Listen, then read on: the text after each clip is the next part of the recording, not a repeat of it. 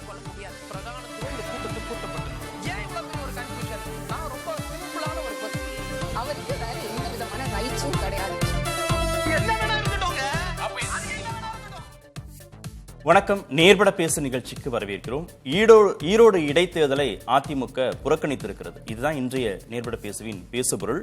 ஈரோடு இடைத்தேர்தல் அதிமுக புறக்கணிப்பின் கணக்குகள் என்ன அப்படிங்கிற தலைப்புல பேச இருக்கிறோம்.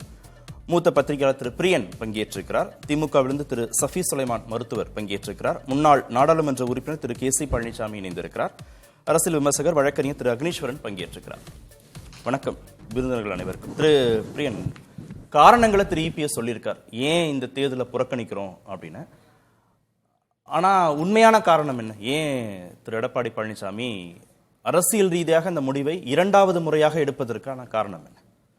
இல்லை, அதாவது நீங்கள் சொல்கிற மாதிரி அவர் சொன்ன காரணம் உண்மையான காரணம் இல்லை அப்படின்னு எல்லாருக்குமே தெரிஞ்சிருக்கு ஆக்சுவலாக. அதாவது எல்லா இடைத்தேர்தல்களையும் என்ன விஷயம் நடக்கிறதோ அதுதான் வரப்போகிற இடைத்தேர்தலையும் நடக்க போகிறது. அதனால் அதை சொல்லி பிரயோஜனம் கிடையாது. அந்த விஷயத்து நடக்கும்போது அதுலேயும் மீறி நீங்கள் எப்படி ஸ்கோர் பண்ணுறீங்கன்றது தான் முக்கியம் அதில் ஆக்சுவலாக. அதாவது இதுவே ஒரு 3 வருஷத்துக்கு ஒரு 6-7 மாதத்துக்கு முன்னாடி இந்த எலெக்ஷன் வந்ததுன்னா அப்போது கூட சரி, திமுகவுக்கு ஒரு சாஃப்ட் கார்னர் இருக்குது, மக்கள் மத்தியில் எந்த பிரச்சனையும் இல்லை, ஒரு சேஃப் சைடில் இருக்காங்கன்னு சொல்லலாம். அதுக்கப்புறம் பார்த்தீங்கன்னா ஒரு 6 மாதத்துக்குள்ளே நிறைய பிரச்சனைகள் வந்துருது. ஸோ எதிர்கட்சிகளுக்கு நிறைய மெட்டீரியல் இருக்குது பேசுகிறதுக்கு. ஸோ அந்த மாதிரி மெட்டீரியல் இருக்கும்போது ஈவன் விக்ரவாண்டி எலெக்ஷன்ஸில் கூட அப்படி கிடையாது ஆக்சுவலாக. ஸோ இப்படி மெட்டீரியல் நிறையா இருக்கும்போது ரைட் ஃப்ரம் ஆம்ஸ்ட்ராங் மரணத்துலேருந்து இப்போ அண்ணா யூனிவர்சிட்டி கேர்ள்ஸ் ஸ்டூடெண்ட் வரையும் பார்த்தீங்கன்னா ஒரு 10 சம்பவத்தை நம்ம அடுக்கலாம். அதுதான் எடப்பாடியும் பேசுகிறாரு, எல்லாருமே எதிர்கட்சிகள்லாம் பேசுகிறாங்க. அப்போது ஒரு முக்கியமான எதிர்கட்சியோட கடமை என்னவாக இருக்க முடியும்? கிடைக்கிற முதல் ஆப்பர்ச்சுனிட்டியை பயன்படுத்தி மக்கள்கிட்ட நீங்கள் விஷயத்தை கொண்டு போகணும். நீங்கள் அசம்பிளியில் பேசலாம், ரிப்போர்ட்டர்கிட்ட பேசலாம், இல்லை எப்படி வேணால் பேசலாம். பட் பீப்புள்கிட்ட நேரடி கான்டாக்டில் நீங்கள் கொண்டு போனீங்கன்னா ஒரு 20 நாள் நீங்கள் திருப்பி மக்கள்கிட்ட அந்த பிரச்சனையை கொண்டு போகும்போது வெறும் அந்த தொகுதிக்கு மட்டும் நீங்கள் கொண்டு போகல, என்டையராக நீங்கள் தமிழ்நாட்டுக்கே நீங்கள் அதை கொண்டு போகிறீங்க. நீங்கள் அதில் வெற்றி தோல்வி இல்லை இடைத்தேர்தலில் திமுக பணப்பட்டு ஓட பண்ணுவாங்க, பட்டி ஃபார்முலா பண்ணுவாங்க, இதெல்லாம் பார்க்காத விஷயம் கிடையாது. நீங்களும் பார்த்துருப்பீங்க, இதுக்கு முன்னாடி எல்லாரும் பார்த்த விஷயம்தான். அதனால் அவங்க ஒரு முக்கியமான எதிர்க்கட்சி, ஒரு அங்கீகரிக்கப்பட்ட எதிர்க்கட்சி தன்னுடைய ஜனநாயக கடமையை நிறைவேற்றணும்னா எலெக்ஷன்ஸில் போட்டி போடணும். விக்ரவாண்டியில் அவங்க போட்டி போடாததே ஒரு பெரிய பின்னடைவு ஆக்சுவலாக. அப்போ ஏதாவது சின்னம் பற்றின பிரச்சனை வருமோன்னு பயந்துருக்கலாம். இப்போ அவங்களுக்கு சின்னம் கூட ஒரு லீகலாக ஒரு கிளியரன்ஸ் வாங்கிட்டாங்க ஆக்சுவலாக. ஸோ அதனால் சின்னம் கிடைக்கிறதுக்கான வாய்ப்புகளும் இருக்குது. ரெண்டாவது, ஒரு எலெக்ஷன்றது அந்த பார்ட்டியோட கேடரை உற்சாகப்படுத்துகிற ஒரு விஷயம். அந்த கேடர் அப்போ தான் ஆக்டிவேட் ஆகும். நீங்கள் கேடருக்கு எந்த விதமான ஒரு வேலை திட்டமும் இல்லாத நீங்கள் இருந்தீங்கன்னா கேடர் நாளடைவில் என்ன பண்ணுவான்? அவன் இதாகிடும், அவனோட வேலையை பார்த்துன்னு போயின்னு இருப்பான். நீங்கள் இப்போ விக்ரவாண்டியில் என்னாச்சு? அதிமுக ஓட்டு திமுகவுக்கு போச்சு, அதிமுக ஓட்டு பாமகவுக்கு போச்சு, கொஞ்சம் சீமானுக்கும் போச்சு. இப்போ அது மாதிரி போனவன் பாதி பேர் நிரந்தரமாக போயிட்டாங்கன்னு என்ன பண்ணுவீங்க நீங்கள்? இப்போ இங்கேயும் அதே மாதிரி போயிட்டாங்கன்னா நிரந்தரமாக திமுகவுக்கு போயிட்டாங்கன்னு என்ன பண்ணுவீங்க? அதனால் ஒரு கட்சி நிச்சயமாக போட்டி போட்டுக்கணும். அதில் போட்டி இவ்வளவு பாதிப்புகள் வரும்னு திரு இபிஎஸ்க்கு தெரியும். தெரிஞ்சு அந்த கடினமான முடிவை தானே அவர் எடுக்கிறாரு. அப்ப அதுக்கு பின்பு ஒரு காரணம் இருக்கும்ல, ஒரு வலுவான காரணம், அவருடைய அறிக்கையில் சொல்லப்படாத ஒரு காரணம், இல்ல நிறைய காரணங்கள் கூட இருக்கலாம்ல. அது என்ன காரணம் இல்ல காரணங்கள்? இது கடினமான முடிவு இல்லை சார், இதுதான் ஈஸியான முடிவு. நிக்கிறது தான் கடினமான முடிவு. ஏன்னா நிக்கிறது தான் உங்களுக்கு சேலஞ்சஸ் நிறைய இருக்கு. புறக்கணிக்கிறது ஈஸி, போட்டி போடுறது கஷ்டம். போட்டியில் நீங்க சஃபிஷியண்டா ஒரு கணிசமான ஓட்டை நீங்க வாங்கணும்ல, அதுதான் அங்கதான் உங்க சேலஞ்சு. நீங்கள் இவ்வளவு நாள் நீங்கள் இந்த ஆளுங்கட்சி எடுத்து நீங்கள் களமாடிட்டு இருக்கீங்க. 6 மாத காலமாக நீங்கள் எதிர்கட்சி ரோலை ஓரளவுக்கு பண்ணிகிட்ருக்கீங்க. அதுக்கு முன்னாடி நீங்கள் சரியாக பண்ணலைன்றது என்னுடைய கருத்து. இப்போ நீங்கள் பண்ணிகிட்ருக்கீங்க, அது ரைட்டோ தப்போ சில விமர்சனங்கள் இருந்தால் கூட நீங்கள் ஒரு எஃபெக்டிவான ஒரு ரோலை பண்ணுறீங்க. நீங்கள் பண்ணும்போது அந்த விஷயத்தை நீங்கள் மக்கள்கிட்ட கன்வே பண்ணணும். நீங்கள் 66,000 ஓட்டு வித்தியாசத்தில் போன வாட்டி வின் பண்ணாங்க திமுக. அதை நீங்கள் 30,000 ஓட்டு வித்தியாசம் தான் இந்த வாட்டி வின் பண்ணாங்க அப்படின்னா அதுவே உங்களுக்கு திமுக சரிவை சந்திக்குதுன்னு நீங்கள் சொல்கிறதுக்கான வாய்ப்பு இருக்குது. மார்ஜினை குறைச்சாலே வெற்றி அப்படின்னு சொல்லிக்கலாம். இல்லை அவங்க 1,00,000 ஓட்டுலேயே வின் பண்ணிட்டா கூட ஏற்கனவே இருக்கிற ரீசன் இருக்குது, அது ஆளுங்கட்சி, அது இடைத்தேர்தல் அப்படி தான்ப்பா இருக்கும். இருந்தாலுமே அதிமுக ஒரு ஃபைட் கொடுத்தாங்கப்பா அப்படின்ற ஒரு எண்ணம் இருக்கும். ரெண்டாவது, என்டையர் தமிழ்நாடோட கான்சன்ட்ரேஷன் எல்லாமே அங்கே தான் இருக்கும் ஆக்சுவலாக. ஒரு 20 நாள் அங்கே தான் இருக்கும். அப்போது அந்த ஒரு கான்சன்ட்ரேஷன், அந்த ஒரு கவனிப்பு இருக்குல்ல, அந்த ஃபோக்கஸ் இருக்குல்ல, அந்த ஃபோக்கஸ் நீங்க மிஸ் பண்றீங்க. மூன்றாவது முறையா கேட்கிறேன்னு நினைச்சுக்காதீங்க. இவ்வளவும் தெரியும் இபிஎஸ்க்கு, அப்ப ஏன் புறக்கணிச்சார்? பணம் செலவழிக்கிறதுக்கு யோசிப்பாரு, நிறைய பணம் செலவழிக்க வேண்டியிருக்கும், அதுக்கு யோசிச்சிருக்கலாம் ஒருவேளை. இல்லை அங்கே இருக்கிற கேண்டிடேட்ஸை வந்து இல்லை தோற்றுருவோன்ற பயம் காரணமாக இருக்கலாம். நான் என்ன சொல்கிறேன், வெற்றி தோல்வின்றது எலெக்ஷனில் சகஜம். அது எல்லாருமே எல்லா எலெக்ஷன்லையும் எல்லாரும் வின் பண்ணுறது இல்லை சார். காமராஜரே தோக்கடிச்சனால தான் சார், அண்ணாவே தோக்கடிச்சனால தான் சார். அதனால் யார் தோக்குறாங்க யார் ஜெயிக்கிறாங்கன்றது முக்கியம் இல்லை. பிரச்சனை என்னென்னா நீங்கள் களத்தில் இருக்கீங்களா, ஒரு கட்சியாக ஜனநாயக ரீதியில் களத்தில் இருக்கீங்களா. ஒரு தேர்தல் என்பது ஒரு கட்சிக்கு கிடைக்கிற ஒரு வாய்ப்பு. அந்த வாய்ப்பை பயன்படுத்த தான் நீங்கள் போனீங்கன்னா நீங்கள் 10 தோல்வி பழனிசாமி, 11 தோல்வி பழனிசாமி, 12 தோல்வி பழனிசாமியாக இருந்தால் கூட கவலைப்படாதீங்க. ஆனால் இப்போ சூழல் மாறி இருக்கலாம். இப்போ ஜனங்க என்ன நினைக்கிறாங்க, நீங்க எப்படி ஃபீல் பண்ணுவீங்க, எப்படி தெரியும் உங்களுக்கு? நீங்க இவ்வளவு விஷயத்தை என்னன்னு தெரியாது. பல்ஸ் நீங்க இவ்வளவு விஷயத்தை கொண்டு வைக்கும்போது சார், எவ்வளவோ பணக்காரங்க, எவ்வளவோ பெரிய பெரிய கோயங்கா போட்டி போட்ட போது திருக்குறள் முனுசாமி எப்படி சார் ஜெயிச்சாரு?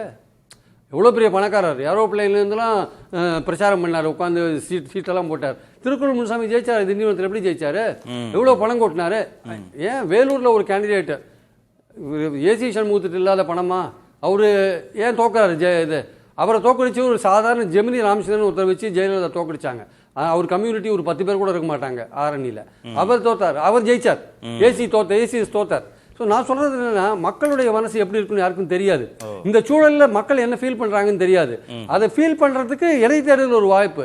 இது வந்து ஒரு கோர்ஸ் கரெக்ஷனா கூட வச்சுக்கலாம். பொது தேர்தல் நோக்கி போகும்போது ஒரு கோர்ஸ் கரெக்ஷனா கூட வச்சுக்கலாம். ஸோ நம்ம இவ்வளவு பேசி மக்கள் வந்து இன்னும் திமுக மேல நம்பிக்கையில் இருக்காங்க. அப்போ நம்மளோட எதிர்கட்சி ரோல வேற மாதிரி இன்னும் பண்ண வேண்டியிருக்கும். அதிமுக போட்டி போட்டு இருக்கணும். பல விஷயங்களை இந்த காரணத்தினால போட்டி போட்டு இருக்கணும். நீங்களாவது சொல்லுங்க கேசிபி, என்ன காரணத்தினால அவர் புறக்கணிச்சார்? உண்மையான காரணம், விக்கிரவாண்டி இடைத்தேர்தலை வந்து அதிமுக புறக்கணிச்சது. அதை புறக்கணிக்கிறதுக்கு காரணம், பாட்டாளி மக்கள் கட்சி அங்கே போட்டியிடணும் என்று விரும்பினாங்க. அடுத்து வருகிற சட்டமன்ற தேர்தலில் பாட்டாளி மக்கள் கட்சி அதிமுகவோடு கூட்டணி சேருவதற்கு ஒரு வாய்ப்பு இருக்கு. ஆனால் இப்போ அவங்க பாஜகவோட சென்ற முறை போட்டியிட்டாங்க. அப்போ பாஜக அந்த அலையன்ஸை போய் நம்ம ஆதரிக்க முடியாது. அதனால அதிமுக வந்து போட்டியிடலை. இப்ப விக்கிரவாண்டியில போட்டியிடாமல் ஈரோட்டில் இப்ப போட்டியிடுறதுங்கிறது ஒரு தலைமைக்கு அது ஒரு சரியான முடிவாக இருக்காது. ஒரு கன்சிஸ்டன்சி எடுத்த முடிவுல, ஏன்னா இப்ப ஈரோடுல நடந்த பை எலெக்ஷன்ல இதெல்லாம் தவறுகள் நடந்தது, அதனால நாங்க புறக்கணிக்கிறோம் என்று விக்கிரவாண்டிக்கு சொல்லிட்டு இப்ப திரும்ப போய் அந்த ஈரோட்டில் திரும்ப போட்டியிட்டால், வழக்கமா அதிமுக மீது அல்லது எடப்பாடி பழனிசாமி அவர்கள் மீது வைக்கிற குற்றச்சாட்டே இது ஒரு மண்டல கட்சி ஆயிடுச்சு, கொங்கு கட்சி ஆயிடுச்சு என்பதுதான். அப்ப கொங்கு மண்டலத்துல இருக்கு, நிச்சயமா பலம் வாய்ந்த தொகுதி நின்னா திரு பிரியன் சார் சொல்ற மாதிரி இடைவெளியாவது குறைக்க முடியும். 66,000 வாக்குகள் வித்தியாசம் போன முறை அடையவும் வாய்ப்பு இருக்கு. நம்ம இந்த முறை ஒரு 26,000 வாக்கு வித்தியாசமா அதை குறைச்சிட முடியும். ஆனா விமர்சனங்கள் வேறு மாதிரி வரும். அப்ப அதிமுக என்பது ஒரு தமிழகம் தழுவிய கட்சி இல்ல. கொங்கு மண்டலத்துல இடைத்தேர்தல் நடந்தா மட்டும் பங்கேற்காது. அப்ப இது ஒரு மண்டல கட்சி என்பதை ஏற்றுக்கொண்ட மாதிரியான ஆயிடும். அடுத்து ஒரு நிலையான முடிவு இல்ல. விக்கிரவாண்டியில ஒரு குற்றச்சாட்டு சொல்றீங்க ஈரோட்டை, ஆனா திருப்பி ஈரோட்டில் அதே பை எலெக்ஷன் வரும் பொழுது நீங்க வேற மாதிரி ஈரோட்டில் நிக்கிறீங்க என்பது இன்றைக்கு வருகிற விமர்சனத்தை விட மிக அதிகமான விமர்சனங்களையும் அதிகமான எதிர் விளைவுகளையும் ஏற்றுக்கொள்வதாக வந்து அது வரும். நீங்க ஒரு ஊடகத்துக்கு கொடுத்த பேட்டியை நான் படிச்சேன், இப்ப வரும்போது படிச்சேன். அதுல சொல்றீங்க அவர் போட்டிட்டு இருந்திருக்கணும், 3PS போட்டிட்டு இருந்திருக்கணும், என்டிஏவுக்கு அவர் வந்து விட்டு கொடுக்கிறாரு, இதை விட்டு கொடுக்கறதுக்கு பாமகவுக்கு விட்டு கொடுத்தாரு, இப்ப பாஜக தரப்புல வேட்பாளர் நிறுத்தினா அவங்களுக்கு விட்டு கொடுக்கிறாரு அப்படின்னு நீங்க சொல்றீங்க. ஆனா பாஜக புறக்கணிக்குது, தேமுதிக புறக்கணிக்குது. அப்போ ஆளும் அரசு மீது அவங்களுக்கு இருக்கக்கூடிய அவநம்பிக்கையின் அடிப்படையில புறக்கணிக்கிறாங்கன்னு தானே அதை புரிஞ்சுக்கணும். அந்த அதன்படி இபிஎஸும் சரியான முடிவு எடுத்திருக்கிறாருன்னு தானே நம்ம யோசிக்க வேண்டியது. அது வந்து நீங்க கேட்டது ஏன் எடப்பாடி பழனிசாமி புறக்கணித்தார், அதற்கு உண்மையான காரணம் என்ன? நான் எடப்பாடி பழனிசாமி அவர்கள் வந்து சிந்தனையில ஏன் புறக்கணிச்சாருங்கிற காரணம் அது சொல்லியாச்சு. அது கேசி பழனிசாமி முடிவு அல்ல. இல்ல அது சொல்லியாச்சு. என்னுடைய கருத்து என்பது புறக்கணித்தது என்பது தவறு. விக்கிரவாண்டியை புறக்கணித்த பொழுதே அது தவறு. நம்ம களத்தில் இருக்கணும். ஏன்னா அதிமுக வாக்கு வங்கி என்பது அது திமுகவுக்கு அதிமுகவுக்கு ஒட்டாது. அதாவது திருமண நிகழ்ச்சிகள்ல கூட பெரிய அளவுல கலந்துக்க மாட்டாங்க. அந்த மாதிரி தான் புரட்சி தலைவர் எம்ஜிஆர் காலத்துல, அம்மா காலத்துல. ஆனா இப்ப நம்ம வந்து வாக்கு சதவீதம் குறைய போறதில்லை. இப்ப அதிமுக களத்துல இல்ல, அதனால 80% வாக்கு போலிங் அப்படிங்கிறது 50% ஆயிடுச்சு என்று வரப்போறதில்லை. நிச்சயமா அந்த 80 85 கூட மாறலாம், உயரலாம். ஏன்னா விக்கிரவாண்டியில அப்படிதான் நடந்துச்சு. நம்முடைய கட்சிக்காரங்களை, நம்முடைய வாக்காளர்களை, நம்முடைய ஆதரவாளர்களை நாம் களத்தில் இல்லாததுனால திமுகவுக்கு வாக்களிக்கிற ஒரு பழக்கத்தை நம்மளே உண்டாக்குறோம். அப்ப என்ன ஆகும்? அடுத்து வருகிற தேர்தல்ல அவங்க அந்த ஒரு நியூட்ரல் அப்ப எதனால சார் அந்த முடிவை அதிமுக தொண்டர்கள் எடுக்கிறாங்க? ஏன்னா இத்தனை ஆண்டு காலம் திமுக எதிர்ப்புன்னு வந்தவங்க ஒரு தேர்தல்ல அதிமுக போட்டியிடல அப்படின்னும் போது எதனால திமுக பக்கம் நகர்றாங்க? அது திரு பிரியன் சுட்டி காட்டுற மாதிரி ஒரு டெம்பரரி ஷிஃப்டா இல்ல பெர்மனன்ட் ஷிஃப்டா மாறிடுமா? அது திமுக பக்கம் நகர்றது இல்ல. இப்ப ஆர்கே நகர்ல ஜெயலலிதா அம்மா போட்டியிட்டாங்க. அப்ப திமுக களத்தில் இல்ல. அப்பவும் 90% வாக்குகளை அவர்கள் பெற்றார்கள். அப்ப திமுக ஓட்டு எல்லாமே யாருக்கு போச்சு? குறைஞ்சிருச்சா? இல்ல. ஓகே. ஆனா திமுகவுக்கு வந்தது ஒரு டெம்பரரி ஷிஃப்ட் தான் அது. வாக்காளர்களை பொறுத்த வரைக்கும் களத்துல யார் நிக்கிறாங்க அவர்களுக்கு வாக்களிக்கணும்னு நினைக்கிறாங்க. இடைத்தேர்தலை பொறுத்த வரைக்கும் ஆளுகிற கட்சி ஏதோ அவர்களுக்கு வாக்களிக்கணும் என்று நினைக்கிறாங்க. வாக்காளர்கள் புறக்கணிப்பை விரும்புவதில்லை. அவங்க தேர்தல் புறக்கணிப்பை விரும்புவதில்லை. இன்னும் சொல்ல போனா அவங்களுக்கு என்ன ஏமாற்றமா இருந்திருக்கும்? அதிமுக களத்துல இருந்திருந்தா இந்த பொங்கலுக்கு ஒரு கணிசமான பரிசு தொகைகளை திமுக கொடுத்திருக்க வேண்டிய ஒரு கட்டாயத்துக்கு வந்திருக்கும். இப்ப அதிமுக களத்துல இல்லாததுனால அவங்க செலவுகள் கணிசமாக குறையும். அதிமுக தொண்டர்கள் விருப்பமும் எதிர்பார்ப்பும் இடைத்தேர்தல இபிஎஸ் புறக்கணிக்க கூடாது. கட்டாயம் நம்ம போட்டியிடணும். ஜெயலலிதா அம்மாவே சொன்னாங்க, ஒரு தடவை புறக்கணிச்சுட்டு மறுபடியும் இல்ல, அது தவறான முடிவு. இனிமேல் எந்த தேர்தலையும் அதிமுக புறக்கணிக்காது. ஏன் 2010 பெண்ணாகரத்துல 3வது இடத்துக்கு தள்ளப்பட்டு பாட்டாளி மக்கள் கட்சி 2வது இடத்துக்கு வந்தது. 3வது இடத்துக்கு தள்ளப்பட்டு டெபாசிட்டே வாங்கல அதிமுக ஜெயலலிதா அம்மா காலத்துல. ஆனா 2011 2009 ஜெயலலிதா சொல்லிட்டாங்க. திருச்செந்தூர் வந்தவாசி இடைத்தேர்தல் சமயத்துல அவங்க செய்தியாளர் சொல்லிட்டாங்க, பெண்ணாகரத்துல டெபாசிட்டே போனாலும் இனிமே நாங்க தேர்தலை புறக்கணிக்க மாட்டோம். அது சொல்லல. 2010 டெபாசிட்டே போனாலும் 11 ஆட்சியை பிடிச்சோம். 11 ஆட்சியை பிடிச்சோம். அதனால இந்த முறை ஒருவேளை நம்ம வாக்கு 66,000 வாக்கு வித்தியாசம் 86,000 ஆகட்டுமே. அதனால அதுக்கும் 26 தேர்தல் முடிவுகளுக்கும் சம்பந்தம் இல்ல. திருப்பிரியன் குறுக்கிட்டீங்களே. இல்ல, பொது தேர்தல்ன்றது அப்ப இருக்கிற சூழல் நீங்க அமைக்கிற கூட்டணியை பொறுத்து இருக்கு ஆக்சுவலா. அதனால இந்த தேர்தலோட முடிவு உங்களை பாதிக்காது. இது தனிப்பட்ட பலம் சார்ந்ததா. ஆமா, இது கொஞ்ச நாள் பேசப்படும். திமுக இதை அட்வான்டேஜா எடுத்துப்பாங்க. மக்கள்கிட்ட நீங்க ஆன்டி இன்குபன்சி இருக்கு, செல்வாக்க நாங்க எழுந்துட்டோம் சொல்றீங்க, ஆனா பாருங்க நாங்க வின்முறைன்னு சொல்லுவாங்க. பட் இந்த தேர்தலை பொறுத்த மட்டும், இடைத்தேர்தலை பொறுத்த மட்டும் மக்கள் எப்படி நடக்கிறதுன்றது அவங்களுக்கு தெரிஞ்சதுனால சாதாரணமாக ரொம்ப ஸ்ட்ரிக்டாக இருந்தால் கூட திமுக வின் பண்ணுறதுக்கான வாய்ப்பு இருக்குது. இருந்தாலுமே இடைத்தேர்தலில் எப்படி நடக்கும் நமக்கு தெரியும். ஸோ அதனால் மக்கள் இது சீரியஸாக எடுத்துக்க மாட்டாங்க. பொது தேர்தலில் நீங்கள் கூட்டணி அமைக்கிறத பொறுத்து தான் அந்த வெற்றிகள் வெற்றி தோல்வி நிச்சயிக்கப்படும். ஓகே திரு அக்னீஸ்வரன், இதில் என்ன இபிஎஸோட வியூகமாக பார்க்கணும் இந்த இடைத்தேர்தல் புறக்கணிப்பின் மூலமாக? நீங்க அதை அவர் கொடுத்த அறிக்கையில எல்லாமே படிச்சிட்டீங்க சார். நீங்க படிச்சுட்டு தானே சார் பிரியன் சார்ட்ட கேட்டீங்க? ஆமா ஆமா. அது 3 முறை கேள்வி கேட்டீங்க. ஆமா. 3 வகையான பதில சொன்னாரு. பட் என்ன பொறுத்தளவுல 2012 3 வகையிலேயே கன்சிஸ்டன்சி இருக்கா இல்லையா? அதுதான் நான் அடுத்து வர்றேன். ஆனா மரியாதைக்குரிய அண்ணன் கேசிபி அவர்களும் மூத்த பத்திரிகையாளர் பிரியன் சார் சொன்னதுல இருந்தும் நான் கற்றுக்கிட்ட பாடம், இந்த குறைஞ்ச 10 நிமிஷத்துல கத்துக்கிட்ட பாடம் என்னன்னா, அண்ணன் கேசிபி அவர்கள் சொன்னார் என்னன்னா, பொங்கலுக்கு ஒரு கணிசமான தொகை கிடைத்திருக்கும். இது அண்ணனுடைய ஒப்புதல் வாக்குமூலம். அது இந்த 1000 ரூபாய் சொல்றாருன்னு நினைக்கிறேன். மக்களுக்கு கிடைச்சிருக்கு சார். 1000 ரூபாய் சொன்னீங்க, 1000 ரூபாய் சொன்னீங்களா? வச்சுக்கோங்க. பாத்தீங்களா, ஆமாண்டு வச்சுக்குங்க. ஒரு நெருக்கடி வந்திருக்கும் அரசாங்கத்திற்கு, அதனால பொங்கல் பரிசு தொகையை அறிவிச்சிருப்பாங்க. நாம இப்ப பேசுறதே இடைத்தேர்தலை பத்தி, பொங்கல் பரிசு பத்தி பேசல, இடைத்தேர்தலை பத்தி பேசுறோம். நீங்க சொன்னதுனால அது தப்பு, அது தப்பு. அண்ணன் நழுவிட்டு போறாரு, கழுவுற மீன்ல நழுவுற மீனா இருக்கிறாரு, தப்பு. நான் இப்ப கேட்பது ஒண்ணு. இன்னொன்னு சொன்னாரு, என்னதான் இருந்தாலும் திமுக தான் வெற்றி பெறும் அப்படின்னு நம்ம மூத்த பத்திரிகையாளர் சொன்னார். எவ்வளவு ஸ்ட்ரிக்டா நடத்தினாலும், ஏன்னா உங்களுக்கு திருமங்கலம் ஃபார்முலா, பட்டி ஃபார்முலா, 471 நாள் கழிச்சு நீங்க பேசும்போது நாங்க அமைதியா மௌன புரட்சி செய்யறோம் சார். நீங்க பேசும்போது நாங்களும் பேசணும் வச்சுக்கோங்களேன், அப்புறம் விவாதமே மாறிடும். அதை நான் செய்ய மாட்டேன். அதனால என்ன ஒரு கொஞ்சமா பேச விடுங்க, அதுக்கப்புறம் மொத்தமா பேசுங்க. நீங்க நான் இப்ப என்ன கேக்குறேன்னா, எல்லா ஃபார்முலாவும் உங்களுக்கு தெரிஞ்சது. இன்னொன்னு 2 பேருடைய கருத்தும் என்னன்னு கேட்டீங்கன்னா, இது இடைத்தேர்தல் தானே, 86,000 வெற்றி இது பண்ண என்ன, பொது தேர்தல மாறும்ல. இந்த ஒப்புதல் வாக்குமூலம் ரெண்டு பேரும் சொன்னாங்க. அதனாலதான் போதும். நான் கேட்கிறேன், தமிழ்நாட்டில் எத்தனை அரசியல் கட்சிகள் திமுகவை எதிர்த்து நிக்குது? நிக்கல. இல்ல, முக்கியமான கேள்வி சார் இது. ஆனா நீங்க பாஜக புறக்கணிக்கிறதுக்கும் திரு விஜய் புறக்கணிக்கிறதுக்கும் இப்ப சீமான் என்ன நிலைப்பாடு எடுக்க போறாருன்னு தெரியல. சீமான் போட்டியிடுறாரா, புறக்கணிக்க போறாரு? அப்படியே ஒரு புறக்கணிக்கிறாருன்னே வச்சுக்குவோம். திரு சீமான் புறக்கணிக்கிறதுக்கும் ஒரு வேறுபாடு இருக்கு, அதிமுக புறக்கணிப்பதற்கு வேறுபாடு இருக்கு. அங்கதான் தப்பு பண்றீங்க சார். திரு சீமான் அவர்களும் இந்த தேர்தலை புறக்கணித்தால் தமிழ்நாட்டில் ஜனநாயகத்தில் மக்கள் நம்பிக்கை இல்லை. ஒருவேளை இப்படி கூட நினைக்கலாம், இன்னும் ஒரு வருஷம் தானே இருக்குது, அதே எலெக்ஷன் யாரு ஜெயிச்சு இது பண்ண போறா? இப்ப இடைத்தேர்தலை நடத்துற அதே எலெக்ஷன் கமிஷன் தானே 26 தேர்தலே நடத்த போகுது. அதே 3-4 மாசத்துக்கு முன்னாடி நடந்த நாடாளுமன்ற தேர்தலையும் அந்த எலெக்ஷன் கமிஷன் தானே நடத்துது. சொல்றதெல்லாம் நல்லா தான் இருக்கு. அதே எலெக்ஷன் கமிஷன் தான், அதே வாக்காளர்கள் தான், அதே பட்டியலை தான் அடைச்சு வைப்பாங்க. இதுல வெற்றி தோல்வியை கடந்து திரு பிரியனும் திரு கேசிபியும் சொன்ன மாதிரி மார்ஜின் ரொம்ப குறைவா இருக்கு அப்படின்னாலும் அது உங்களுக்கு கிடைத்த வெற்றி. ஒரு பெர்செப்ஷன் கேம் இருக்குல்ல.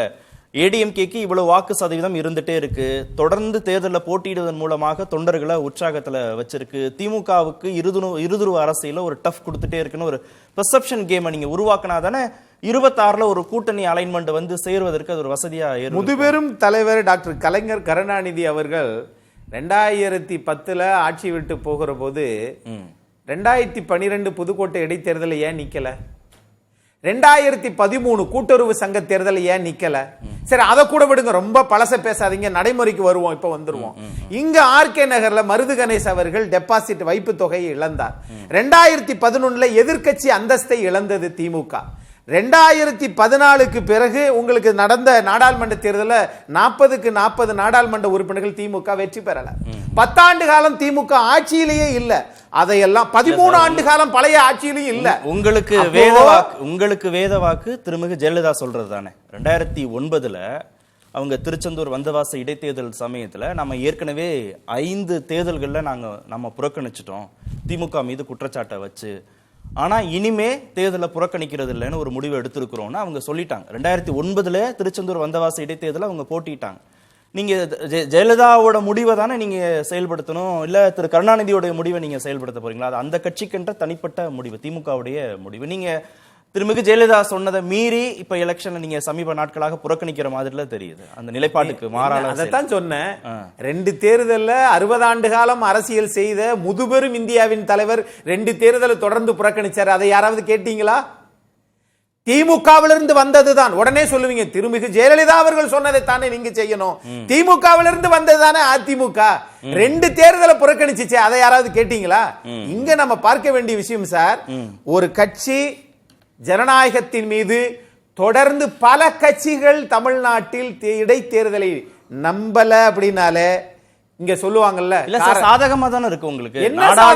நாடாளுமன்ற தேர்தல் முடிவுக்கு பிறகு தமிழ்நாட்டில் அரசுக்கு எதிராக பல போராட்டங்களை, பல விமர்சனங்களை எதிர்கட்சிகள் எடுத்திருக்கீங்க, கூட்டணி கட்சிகள் எடுத்திருக்கிறாங்க, விமர்சனங்களை முன் வச்சிருக்காங்க. இதையெல்லாம் தொகுத்து சொன்னா கூட மக்கள் ஏத்துக்க மாட்டாங்க. நம்பலையா நீங்க? பொது தேர்தலில் தொகுத்து சொல்லுவார்கள். ஓ, இடைத்தேர்தல் எடுபடாது என்பதல்ல, ஏற்கனவே இருந்த அதே நிலையில் தான் அதே இதுதான் அன்னைக்கும் போகும். ஈரோட்ல ஒரு பிரச்சாரத்துல திரு இபிஎஸ் பேசினாலும் தமிழ்நாடு முழுவதும் ஒளிபரப்பாகும், நேரலையில ஒளிபரப்பாகும், அது சார்ந்த விவாதங்கள் நடக்கும், ஏடிஎம்கே ஆக்டிவா இருக்கிறதுக்கான சாத்தியக்கூறுகள் இருக்கும். இவ்வளவு பெர்செப்ஷன் நம்ம உருவாக்க வேண்டிய அதே பெர்செப்ஷனை வந்து நாங்க தான் எதிர்கட்சின்னு சொல்றவங்களும் நின்றுக்கலாமே.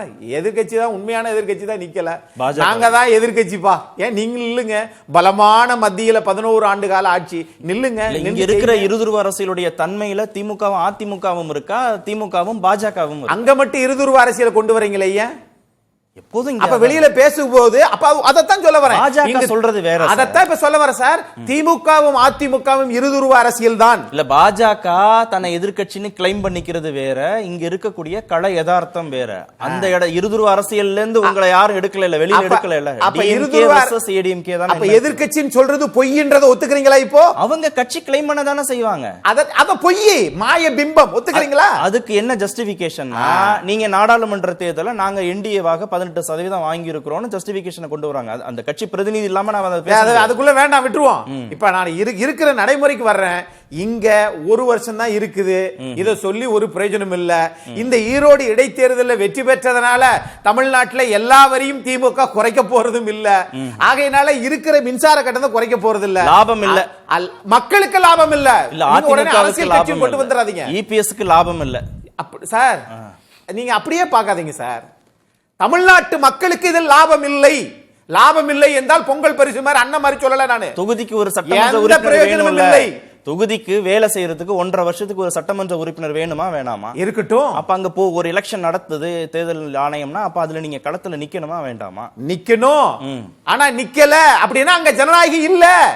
இதனால பிரயோஜனம் இல்ல தமிழ்நாட்டு மக்களுக்கு. ஒட்டுமொத்த ஆட்சி மாற்றம் 2026 எல்லா கட்சிகளும் ஒன்றிணைந்து இந்த கட்சியை இது பண்ணுவாங்க. இன்னொன்னு இதை மட்டும் சொல்லி, இதுக்கும் மருத்துவர் சல்வி சுலைமான் கரெக்டா பதில் சொல்வாரு. இன்னொன்னு, அடிமை கட்சின்னு சொல்லிட்டு இருந்தீங்களே அதிமுகவும் பாஜகவும் கள்ள கூட்டணின்னு, இன்னைக்கு காங்கிரஸ் இருந்து நீங்க சீட்டை புடிங்கிட்டீங்களே, அப்ப உங்களுக்கு காங்கிரஸ் அடிமை கட்சியா?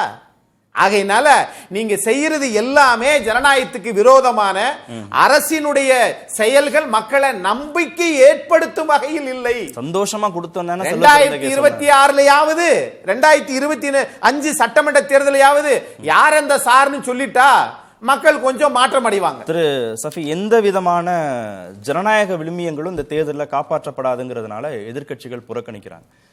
இதுவே அரசுக்கு எதிரான ஒரு பெர்செப்ஷனை இன்னும் வலுப்படுத்துவதற்கான ஒரு காரணிகளா அமைஞ்சிராதா? நிச்சயமா இல்லை சார். என்னன்னா, இப்போ கடைசியா நம்ம அக்னி என்ன சொன்னது மட்டும் சொல்லிடுறேன்.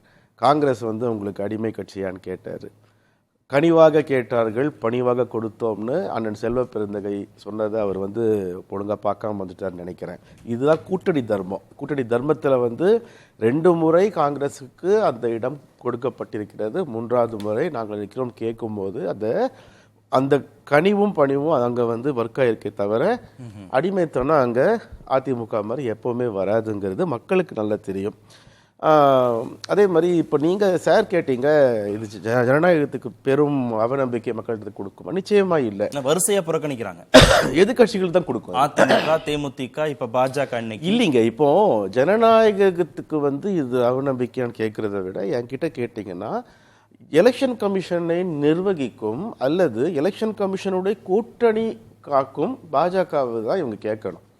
ஏன்னா இப்போ இவ்வளவு தூரம் நம்ம கேசி பரன் ஆகட்டும், பிரியன் சார் கூட, அதை நம்ம அக்னி அண்ணன் கூட மீண்டும் அங்கே இது நடக்க மாட்டேது அப்படின்னு சொல்லும்போது, எலெக்ஷன் கமிஷனுடைய தார்மீக பொறுப்பு இல்லைங்கிறது, அவங்க ஃபெயில் ஆயிருக்காங்கிறது தான் உண்மை சொல்லப்போனால் எலெக்ஷன் கமிஷன் இஸ் ஃபெயில்டு. அப்போ எலெக்ஷன் கமிஷன் ஃபெயில் ஆயிருக்குன்னா இவங்க அதுக்குண்டான இதை எதிர்கட்சி சார்பாக என்ன செஞ்சாங்க? இப்போ ஏற்கனவே இப்போ விக்கிரவாண்டி எக்ஸாம்பிள் எடுத்தாங்க. இப்போ கேசிபி சார் சொல்லும் போது ரொம்ப அழகாக சொன்னார். ஆனால் எடப்பாடி நிற்கணும் தான் என்னுடைய ஆசை. ஆனால் அவர் ஒரு கன்சிஸ்டன்சிக்காக இதை ஃபாலோ பண்ணுறாரு.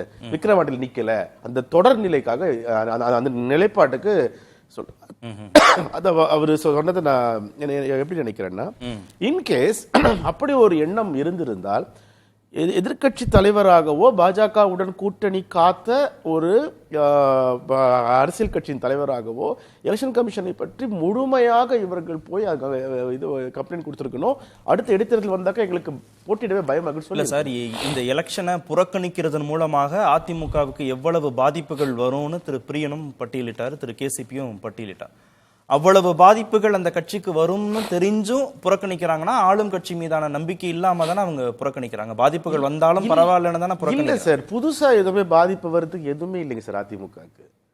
நான் ஒரு 5 ஃபேக்டர் சொல்றேன் சார். ஃபர்ஸ்ட் ஃபேக்டர் களம். அங்க ஈரோடு மக்கள் தெளிவா இருப்பாங்க. தமிழ்நாட்டு மக்களுக்கு ஏற்ற ஈரோடு தமிழ்நாடு தான் இருக்குது.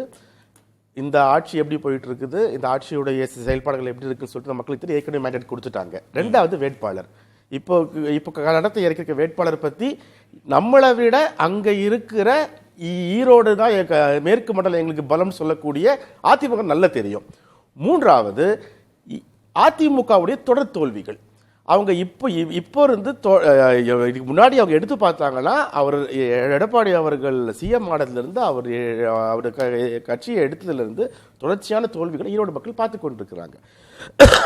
4வதாக மிக முக்கியமா ஈரோட்டில் இப்போதைக்கு இருக்கக்கூட கால சூழல்ல ஒரு கட்சியை சேர்ந்தவர் பெரியாரை பற்றி இவ்வளவு மோசமாக பேசியிருக்கிறார். இன்று வரை அதிமுக சார்பாக ஒரு கண்டனம் இல்லை, யாரும் ஒன்றும் பேசல. இபிஎஸ் அவர்கள் ஒரு ட்வீட் கூட போடல. இதை ஈரோடு மக்கள் கவனிப்பாங்க.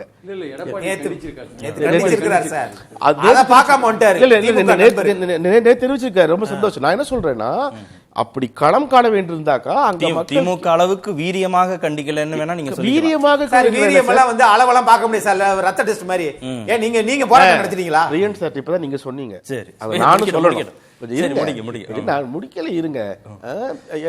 அதாவது நீங்க வீரியமா களம் காணவே மாட்டீங்கன்னு தெரியும். அதுவும் பெரியாரை எதிர்த்தவர்களையோ பாஜகவை வந்து இது பண்ணவங்க நீங்க வீரியமா களம் காண மாட்டீங்கன்னு தெரியும். அஞ்சாவதாக, சட்டமன்றத்தில் தமிழ்தாய் வாழ்த்துக்கு ஆளுநர் வந்து இவ்வளவு சேட்டை பண்ணிட்டு போனாரு. நீங்க உள்ளதான் இருந்தீங்க. அந்த மரபு காப்பாற்றப்பட வேண்டும் அவர் சொல்லி. எனக்கு தெரிந்து அவங்க வெளியே வந்து முதல்ல போராட இருக்க வேண்டியது ஆளுநருக்கு எதிர்த்து சார். அன்னைக்கு எதிர்கட்சியோட வேலை அதுதான் சார். அந்த எதிர்கட்சியோட மேண்டேட் கொடுத்ததுக்கு காரணம் அதுதான். நீங்க அதை செய்யாம நீங்க மறைமுகமா பாஜகவுக்கு அனுமதியும் அனைத்து ஆதரவும் தருவீங்கன்றது தமிழ்நாட்டு மக்களுக்கு தெரிந்த மாதிரி ஈரோடு மக்களுக்கும் தெரியும். அதனால நீங்க அங்க போய் புதுசா எந்த உருட்ட முடியாது. அதனால அங்க மக்கள் ரொம்ப தெளிவா இருப்பாங்கிறது எடப்பாடி அவர்களுக்கு நல்லா தெரியும். இன்னொன்னு, எடப்பாடி அவர்கள் வந்து எடுத்திருப்பது தவறான முடிவோ சரியான முடிவோ, ஆனால் என்கிட்ட கேட்டீங்கன்னா அங்க இருக்கிற அதிமுக தொண்டனுடைய மனநிலையை அவருக்கு ஒரு கட்சி தலைவரை பார்த்துருக்கணும். நீங்க போன தடவை நீங்க எல்லா அடுக்கடுக்கான குற்றச்சாட்டு சொன்னாலும் கடந்த சில நாட்களாக, இப்போ பிரியன் சார் சொல்லும்போது கடந்த 6 மாசமா பெரிய பெரிய பிரச்சனைகள்லாம் இருக்குது. ஸோ இதை நீங்க எங்க போய் பேசுவீங்க? அதே மாதிரி திரும்ப சட்டமன்றத்தில் எங்களை பேச விட மாட்டேங்கிற. மக்கள் மன்றத்தில் பேசுறதுக்கான வாய்ப்பு இதை விட உங்களுக்கு எங்க கிடைக்கும்? தெருவா நீங்க போய் பேசியிருக்கலாமே. நீங்க வந்து தெருவா வீடா போய் பேசியிருக்கலாமே. அந்த ஆப்பர்ச்சுனிட்டியை யாருக்காக விட்டு கொடுக்குறீங்க? அந்த ஆப்பர்ச்சுனிட்டியை யாருக்காக நீங்க வந்து பிளாட்ஃபார்ம் போட்டு தர்றீங்க? பாஜக போட்டியிடுதுன்னா கூட நீங்க சந்தேகப்படுற மாதிரி பாஜகவுக்காக இபிஎஸ் விட்டு கொடுத்தாருன்னு சொல்ல முடியும் ஒரு பேச்சுக்கு. இல்லையே, பாஜகவும் புறக்கணிக்குது, தேமுதிக புறக்கணிக்குது. இல்லைங்க சார், நான் என்ன கேட்கிறேன்னா, இப்ப எல்லாரும் பேசும்போது இருதுருவ பாலிடிக்ஸ் பத்தி வந்தது. அண்ணன் திரும்ப 2010 வந்து கலைஞர் நிக்கலையே, அதுக்கப்புறம் எதிர்கட்சியாக கூட இல்லையே. அந்த டைம்ல எல்லாம் யாரு 2ஆம் இடம் சொல்லிட்டு போட்டி இல்லை. தமிழ்நாட்டு மக்களுக்கே தெரியும், எய்தர் கலைஞர் இல்லைன்னா அம்மையார். இது வந்து பிக்சட். அந்த போட்டி இல்லாத சமயத்துல எலெக்ஷன்ல இருந்து பின்வாங்கிறது புறக்கணிக்கிறதும், இப்போ உங்களுக்கு கடுமையான போட்டி இருக்கு. 2வது யாருங்கிறது உங்களுக்கும் தெரியல, யாருக்கும் தெரியல. ஏன் அதை சொல்றேன்னா, அரித்மெட்டிக்காவும் பார்த்தாலும் அது திமுகவோட பெர்செப்ஷன். அது அவங்க நம்புறாங்க. I'll give facts. நான் சொல்றேன், தமிழ்நாட்டுல திரு மு.க. ஸ்டாலின் வெர்சஸ் திரு எடப்பாடி பழனிசாமி தான். இப்பயும் சொல்றேன், போட்டியிட்டாலும் ஆமா, தேர்தல் 2024 தேர்தல்ல சொல்றேன். அது நீங்க தானே நினைச்சிட்டு இருக்கீங்க. அவரு ஏன்னா நீங்க தான் பாஜக கொண்டு வந்து உள்ள சொறி விட்டு எங்களுக்கு எதிர்க்கட்சி நீங்க தான் நினைக்கிறீங்க. நீங்க பேசினால நீங்க பேசுறத முரணா பேசும்போது என்னன்னா, அவரு திரு சஃபி சொன்னதுல முக்கியமானது என்னன்னா, தொடர் தோல்விங்கிறதுல இன்னொரு நம்பர் ஆட் ஆயிடக்கூடாது. 10 முறை தொடர் தோல்விங்கிறதுல 11 ஒரு நம்பர் ஆட் ஆயிடக்கூடாதுன்னு எடுக்கிறாருன்னா, நீங்க இந்த பைபோலார் பாலிடிக்ஸுக்குள்ள ஏடிஎம்கே இருந்துட்டே இருக்குங்கிறதுக்கு என்ன ஜஸ்டிபிகேஷன் வரப்போகுது? அதிமுக என்னைக்கும் 10 வருஷம் வந்து தோத்தது அப்படின்னு சொல்லி அதிமுகவை சொல்லவே இல்லையே. ஏன் ஆட்சிக்கு வரலன்னு கேட்கவே இல்லையே. நீங்களா அப்படி சொல்லி அப்படி சொல்லி பிரபகண்டா பண்ணிக்கிட்டு இல்லன்னா அப்படி தோத்தவே இல்லைன்னு இன்னொரு விஷயம் நம்ம தோத்ததே கிடையாது யாருமே. நீங்க திருக்குறள் முனுசாமி திண்டிவனத்துல ராம்நாத் கோயங்காவை எதிர்த்து வெற்றி பெற்றார். ஆனால் இன்றைக்கு ராம்நாத் கோயங்காவை விட பெரும் பணக்காரர்கள் இன்றைக்கு திமுகவில் இருக்கிறார்கள், அண்ணாவிற்கு பிறகு வந்தவர்கள். ஆகையினால் தேர்தலை எல்லா கட்சியும் தமிழ்நாட்டில் புறக்கணிக்குது. இதை என் பார்வை. மாறலாம் இல்ல, இப்ப இந்த காரணங்கள் நீங்க வைக்கிற காரணங்கள் நாடாளுமன்ற தேர்தலுக்கும் அப்படியே தான் இருக்க போகுது, சட்டமன்ற தேர்தலுக்கும் அப்படியே தானே இருக்க போகுது. அது ஒன்றும் மாற போறது. அதுக்குள்ள யாரு சாருன்னு விடை கிடைச்சிரும் நினைக்கிறேன். சார் இருங்க சார், கொஞ்சம் இருங்க. சும்மா சாருன்னு என்னன்னா, அரித்மெட்டிக்கா சொல்லிடுறேனே, அதிமுகவுடைய வாக்கு வங்கின்னு ஒன்று உண்டு, கண்டெஸ்டட் எலெக்ஷன்ஸ் உடைய ஓட் பேங்க். அது சரிஞ்சிருக்கிறதுங்கிறது இவங்க இல்லைன்னு சொன்னால் யாருமே ஒத்துக்க மாட்டாங்க. வாக்கு வங்கியே இல்லாதப்போ, அதுவே செதஞ்சு போன பிறகு இவர்களுக்கான அந்த மன தைரியமே இல்லைன்னு தான் நான் சொல்லுவேன். களம் காண்றதுகள் மன தைரியமே. உண்மை சொல்ல போனா 2026க்குள் இவங்க ஒரு சில விஷயங்களை இவங்களுக்குள்ளவே முடிவு பண்ணி உண்மையான தொண்டர்களோட மனநிலையை நினைச்சு பாஜகவுடன் இது போன்ற மறைமுகமான கூட்டணிகளையும் மறைமுக ஆதரவையும் நிறுத்தி அதிமுகவின் நம்பகத்தன்மையை அதிமுக தொண்டனிடம் விதைத்தால்தான் இவர்கள் 2026 தைரியமாக களம் காண கூட்டணி சார்ந்தது, அன்றைக்கு அமைக்கக்கூடிய கூட்டணி சார்ந்தது. இதுதான் தனிப்பட்ட பலம். நான் ஒரு விஷயம் மட்டும் திரு கேசிபிட்ட வந்து கேட்டு வந்துறேன். இப்போ இந்த 2ஆம் இடம் இல்ல இந்த இருதுருவ அரசியல் அப்படிங்கறதுல ஏடிஎம்கே பொசிஷன் பண்றதுலயே சிக்கல் வருதா? இவங்க பின்வாங்கினதுல இருந்து, ஈரோடு இடைத்தேர்தல பின்வாங்கினதுல இருந்து. நிச்சயமா இல்லை. ஏன்னா கடந்த நாடாளுமன்ற தேர்தலே பாத்தீங்கன்னா ஈரோட்ல அந்த பாஜக கூட்டணியோட வேட்பாளரையே காணோம். அவங்க ஒரு மொத்தமாவே நாடாளுமன்றத்திலே ஒரு 50,000 ஓட்டுக்குள்ளதான் வந்து வாங்கினாங்க.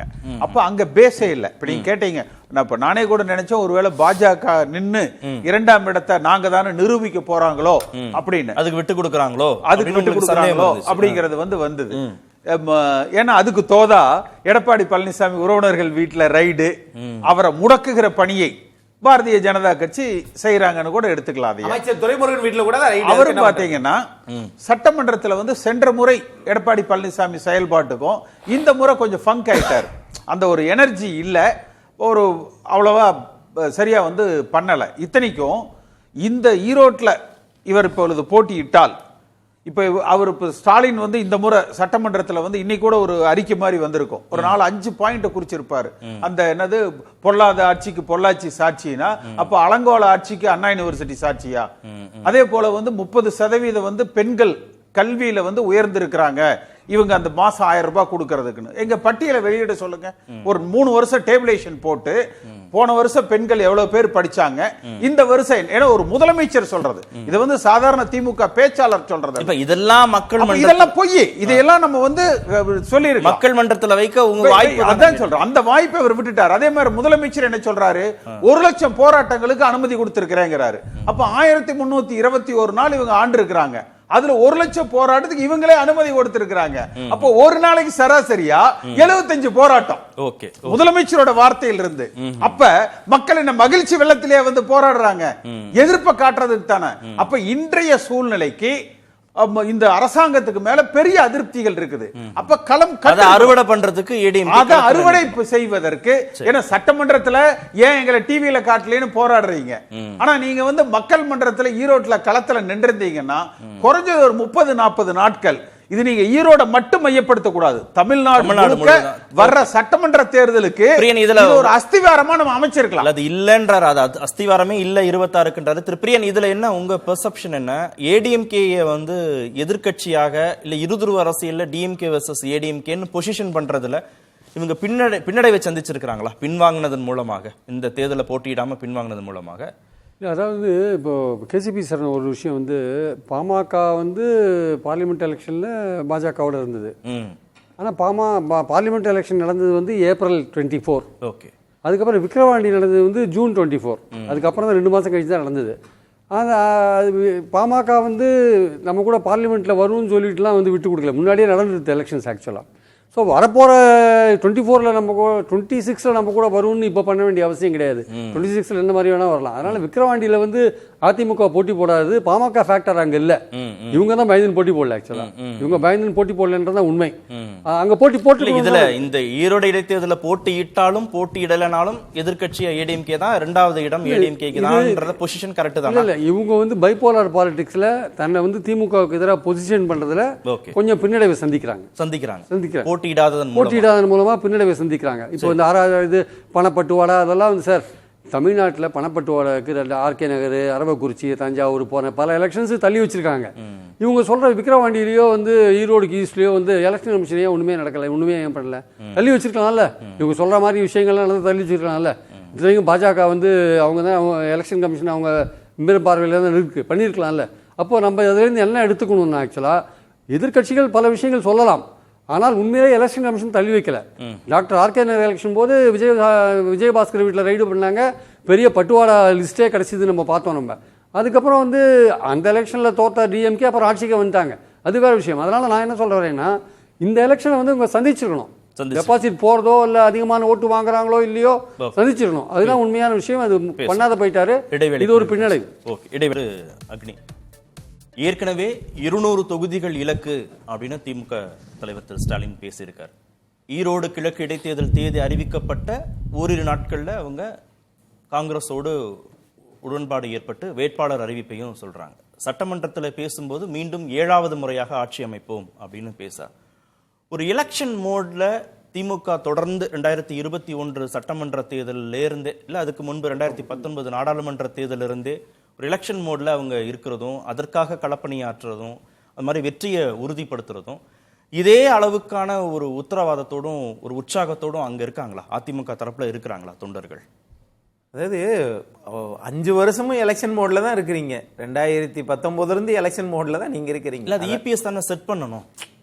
1008 பிரச்சனைகள், பல வழக்குகள். செல்வி ஜெயலலிதா அம்மையார் இறந்ததற்கு பிறகு அதிமுகவில் எவ்வளவு இது இருந்தது, எல்லாவற்றையும் கடந்து சரி செய்து அதை பொறுப்பாகவும் நிதானமாகவும் அந்த கட்சியினுடைய ஒட்டுமொத்த தலைவர்களுக்கு தான் நான் நன்றி சொல்றேன்.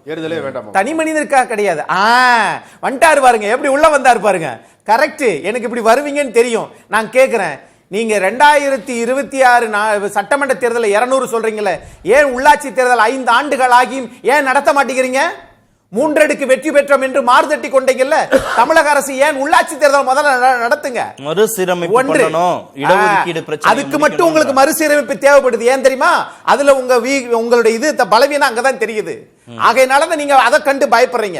ஒன்று பொறுங்க சார், அதை சிரிப்பெல்லாம் நல்லா தான் சார் இருக்குது. அரசாங்கமும் மக்களை பார்த்து இப்படிதான் சிரிச்சுக்கிட்டு இருக்குது. இப்ப என்னன்னு கேட்டீங்கன்னா, அதை பத்தி கவலை கிடையாது. என்னன்னா, அப்ப நீங்க சொல்றதுல இருந்து இவ்வளவு அதிருப்தி இருக்கு, உள்ளாட்சி தேர்தலை நடத்தக்கூட முடியாத அளவுக்கு மக்கள் திமுக மேல அதிருப்தியில இருக்கிறாங்கன்னா, உங்களுக்கான ஸ்கோப் அதிகமா தானே இருக்கு. இடைத்தேர்தலை நீங்க ஜெயிக்க முடியும். நீங்க இப்ப சொல்றீங்கல்ல, இடைத்தேர்தலும் மத்திய அரசு தானே தேர்தலை நடத்துகிறது. ஏன் உங்களுக்கு என்ன, உங்களுக்கு அது நியாய அந்த தராசு தட்டில இருந்து வீழ்ந்துருமா, சரிஞ்சிருமான்னு கேக்குறீங்களா? ஏன் அதே உள்ளாட்சி தேர்தலை மாநில அரசு தானே நடத்துகிறது. புதுசாக நீங்க புதுசா உங்க இதை போட்டிருக்கீங்களே எலெக்ஷன் கமிஷனரை. ஆகவே உங்களுக்கு தேவையானவர்கள் தானே போடுறீங்க. அது திமுகவோ அதிமுகவோ அதுல ஒன்னா இருப்பாங்க, அது வேற விஷயம்.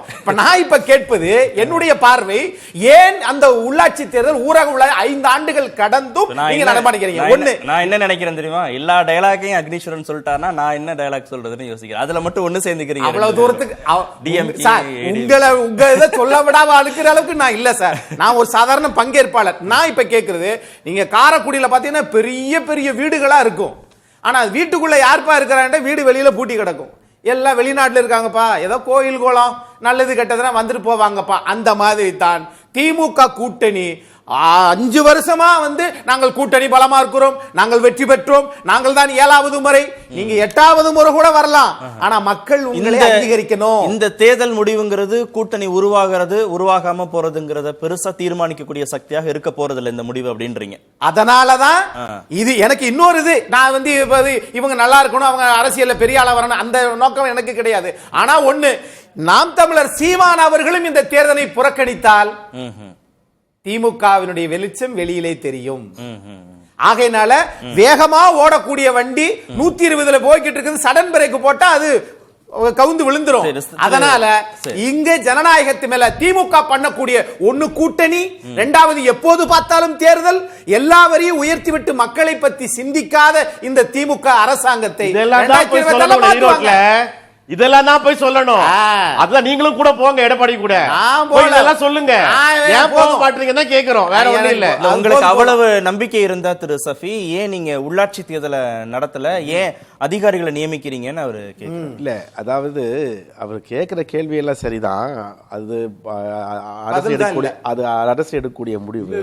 நீதிமன்றம் சொல்லிடுது, அது ரிசர்வேஷன் பண்ணாதான் நடத்த. பல அமைச்சரும் விளக்கம் கொடுத்தாங்க. நீதிமன்றம் சொல்லிடுது. இப்போ சொன்ன மாதிரி அது சில நேரத்தில் நிறைய விஷயங்கள் இருக்குங்கிறது ஓகே. இப்போ குவெஸ்டின் நீங்க இடைத்தேர்தல்ல இவ்வளவு தூரம் வரி ஏத்திட்டீங்க, அது ஏத்திட்டீங்க, இது இதெல்லாம் சொல்றதுக்கு ஏன் ரெப்ரசன்ட் பண்ண மாட்டேங்கிறீங்க? ஏன்னா சார், ஒரு வேர்ல்ட் கப் மேட்ச் நடந்தா கூட தான் தோற்போனே தெரியும், தன்னுடைய நாடு தோர்த்து போவேனே தெரியும். ஆனாலும் ஜிம்பாப்வே போன்ற கென்யா போன்ற நாடுகள் பயிற்சி எடுத்து விளையாடிட்டு போவாங்க. அதுதான் களம். நீங்க அதாவது ஒரு தார்மீக பொறுப்பே உங்க கார் ரேஸ் மாதிரியே தேர்தலையும் ஒப்பிடுறாரு பாருங்க. கிரிக்கெட் சார், அதான் கிரிக்கெட் தான் சொல்றேன். நீங்க கார் ரேஸ் நடத்துவீங்க, ஏன்னா இல்ல இப்ப சொன்னீங்கல்ல 120 போனா கவுந்துரும்னு. ரோடு சரியா இருந்தா, காரு முறையா இருந்தா, ஓட்டுற ஆளு தெளிவா இருந்தா 120 இல்ல 180 போனாலும் நச்சுன்னு போய் சேரும். அப்படிதான் இப்ப ஈரோடு வரப்போகுது. விஷயம் என்னன்னா சார், இவங்களுக்கு அங்க உண்மை சொல்ல போனா ஆட்டம் கண்டு போயிருக்கு. பேஸ்மெண்டே இல்ல, வாக்கு வங்கி இல்ல. பாஜக பாதியை உருவிருச்சு, பாதியை செதைச்சிருச்சு. இவங்களுடைய அதாவது அந்த அம்மையார் கட்டுக்கோப்பா வைத்து சில விஷயங்களை செதைச்சு விட்டு உட்கார்ந்து இருக்காரு எடப்பாடி அவர்கள். இதை நான் சொல்லல, கட்சிக்காரங்க சொல்றாங்க. கொங்கு மண்டலத்திலும் ஏடிஎம்கே அவ்வளவு பலவீனமாவா இருக்கு. கொங்கு மண்டலம் ஏன் இடம், என்னுடைய கோட்டைன்னு சொன்ன இடத்துல இவ்வளவு தூரம் பயந்து பின்வாங்கக்கூடிய காரணம் என்னன்னு நான் கேட்கல. அதிமுக ஏன்னா இப்ப அதிமுக இவங்க அதிமுக புறக்கணிச்சு, அங்குள்ள அதிமுக தொண்டன் இப்ப யாருக்கு ஓட்டு போடுவான்னு ஒரு நிமிஷம் யோசிக்கணும்ல. நான் என்ன சொல்ல வரேன்னா, இப்ப அண்ணன் பேசுவோம் ஆர்கே நகர்ல நின்னாங்க, எவ்வளவு ஓட் போலாச்சு, அதுல எவ்வளவு ஏடிஎம்கே வாங்குச்சுங்கிறதாங்க ஸ்டாட்டிஸ்டிக்ஸ். தவிர நாங்க வாங்கினா நாங்க நின்னாக்கா எல்லாமே நாங்க வந்து சொல்லிட்டு சொல்லுவதே தவறு. இப்ப நீங்க உங்களுடைய அங்க உள்ள கட்சிக்கார யாருக்கு ஓட்டு போடுவான் அந்த சிந்தனை கூட உங்களுக்கு இல்லையே. இன்னும் ஒரு வருஷத்துக்கு தான் தேர்தல் வரப்போகுது. இப்போ நீங்க தயாராக எப்ப தயாராவீங்க? பாஜகவுடைய எழுச்சிக்கு பிறகு இல்ல திரு அண்ணாமலை வரவுக்கு பிறகு கொங்கு மண்டலத்துல பாஜகவுக்கான வாக்கு வங்கி அதிகரிச்சிருக்கு. இந்த தேர்தலில் போட்டியிடுவதன் மூலமாக அது எதுவும் முடிவுகளில் பிரதிபலிச்சிடக்கூடாதுன்ற அச்சம் திரு இபிஎஸ்க்கு இருக்கா? அதனால புறக்கணிக்கிறாரா? பாஜகவுக்கு பெரிய அளவுல வந்து வாக்கு வங்கி வந்து அதிகரிக்கல. நீங்க கடந்த நாடாளுமன்ற தேர்தலே பாத்தீங்கன்னா அந்த வேட்பாளர்களை பொறுத்து, இப்ப நான் சொன்ன ஈரோட்ல 50,000 ஓட்டு தான் நாடாளுமன்றத்துல வாங்கினாங்க. ஆனா கோயம்புத்தூர்ல அண்ணாமலை 2.5 லட்சம் ஓட்டுக்கு மேல வாங்கினார். அப்ப அது வந்து அவங்களோட வளர்ச்சிங்கிறது கட்சி வளர்ச்சி அல்ல, ஆளுமை சார்ந்ததா இருக்கு, தனிப்பட்ட மனிதர்களை சார்ந்தது. இப்ப ஏசி சண்முகம் வாங்கியிருப்பாரு, ஓபிஎஸ் வாங்கியிருப்பாரு, தினகரன் வாங்கியிருப்பாரு. அதனால அது கட்சியோட வளர்ச்சி அல்ல. பாஜக மேற்கு மண்டலத்துல வளரல. அது அண்ணாமலை முதல்ல அவருக்கு அப்படி ஒரு எண்ணம் இருந்தது. ஆனா அவர் கோவையில போட்டியிட்டு களத்தை பார்த்ததுக்கு அப்புறம் இப்ப பார்த்தீங்கன்னா அதிமுக லைனுக்கு அவர் வர்றாரு. அவர் வந்து டோன் டவுன் ஆகி அதிமுக லைனுக்கு தான் அவர் வர்றாரு.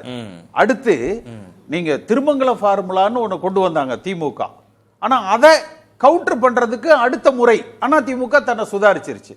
2006ல தமிழ்நாடு 2006ல அதிமுக ஆட்சிக்கு வர வேண்டியது. ஆனா தமிழ்நாடு முழுக்க அதிகபட்ச பணபலத்துல திமுக வந்து ஒரு ஆட்சியை மைனாரிட்டி ஆட்சியாவது அமைச்சிட்டாங்க. ஆனா ஜெயலலிதா அம்மா காலத்துல 2011ல அதை சுதாரிச்சுட்டாங்க. திருப்பி 11, 16 எல்லாம். அப்ப அதிமுக என்கிற கட்சியும் அதனுடைய தொண்டர் பலமும் அதனுடைய வாக்காளர்களும் திமுக என்ன ஸ்ட்ராட்டஜி போட்டாலும் அதை கவுண்டர் ஸ்ட்ராட்டஜி போட்டு வின்னோவர் பண்றதுக்கு முடியுது. அப்ப ஈரோட்டுக்கு அவங்க பட்டியல அடைச்சு வைக்கிறத ஒரு ஸ்ட்ராட்டஜி போட்டாங்கன்னா அதை தகர்க்கிற வியூகங்கள் அதிமுகவில் தெரியும்.